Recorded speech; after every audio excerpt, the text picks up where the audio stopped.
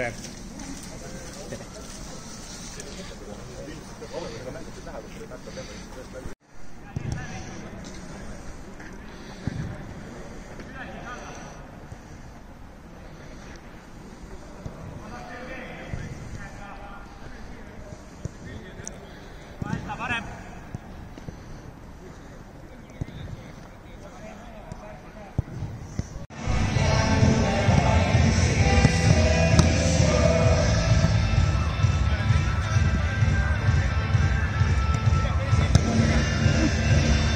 Valmis andma selle mängu avavilet. Nüüd see tuleb, Pärnu Sadam paneb palli mängu, Ärsist abistavad äärte peale Mitsa Kirbekov ja Merilin Renzer, 4. kohtunik täna Kristjan Siilak. Palli taga on mitu meest, Kallandi ja Mõttus, lõpuks jääb ikkagi ainult Mõttus. Mõttus läheb, Mõttus lööb ja lööb nii, et Raidmäe toob lati alt ära selle. Löök läks võib-olla veidi liiga keskele, aga Raidmäe sirutas ennast.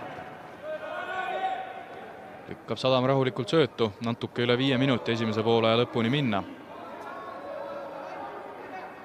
Aga samal ajal mööda paremat äärt endiselt Sadam tulemas. Sööt värava ette ja jõuabki kohale ja siit tuleb küll värav, aga suluseisust. Alar Alve lükkab palli küll võrku pärast seda, kui kaitsjate Kohvile meeste õnneks oli Alve suluseisus, nii et Paade võib endale võib-olla natuke paiga teha, et lahendas olukorra sedavõrd ettenägelikult, et sai kohe aru, et Alve on suluseisus ja lubas palli meelega jala alt läbi. Tsenderdus karistusalasse, Alve paneb pea vahele, nüüd värava eest ja pall on uuesti väravas ja nüüd on pall väravas ja seda enam ära ei võeta. Kevin Rääbis 40. minutil viib ikkagi Pärnu Sadama juhtima ja seda tähistust oleme me tema esituses varem ka näinud.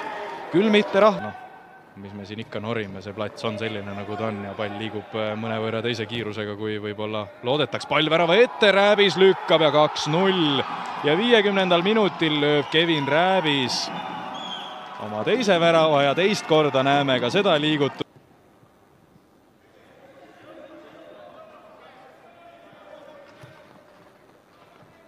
Pikem pall ettepoole, Tšernjavski uisutab palli juurde, nüüd uisutab ta Meritsaga võidu. Essaar proovib tsenderdada, Merits saab küll jala vahele, aga Orion saab palli kastis omaks, lööb ka ja siin on 3-0. Sander Orion 60. minuti hakatuseks. Ja Pärnu Sadam sellega vist teeb ikkagi väga-väga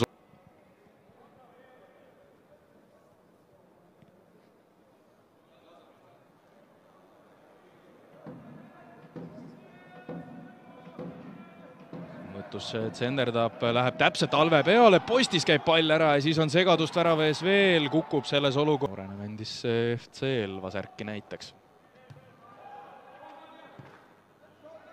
Tain saab palli kehasse küll, aga Loorius on kohe tema selja taga olemas. Alve. Tšernjavski virutab eemalt posti ja siis sisse ja 4-0 71. minutil. Kaarel Kallandi. No nii, vaatame nüüd.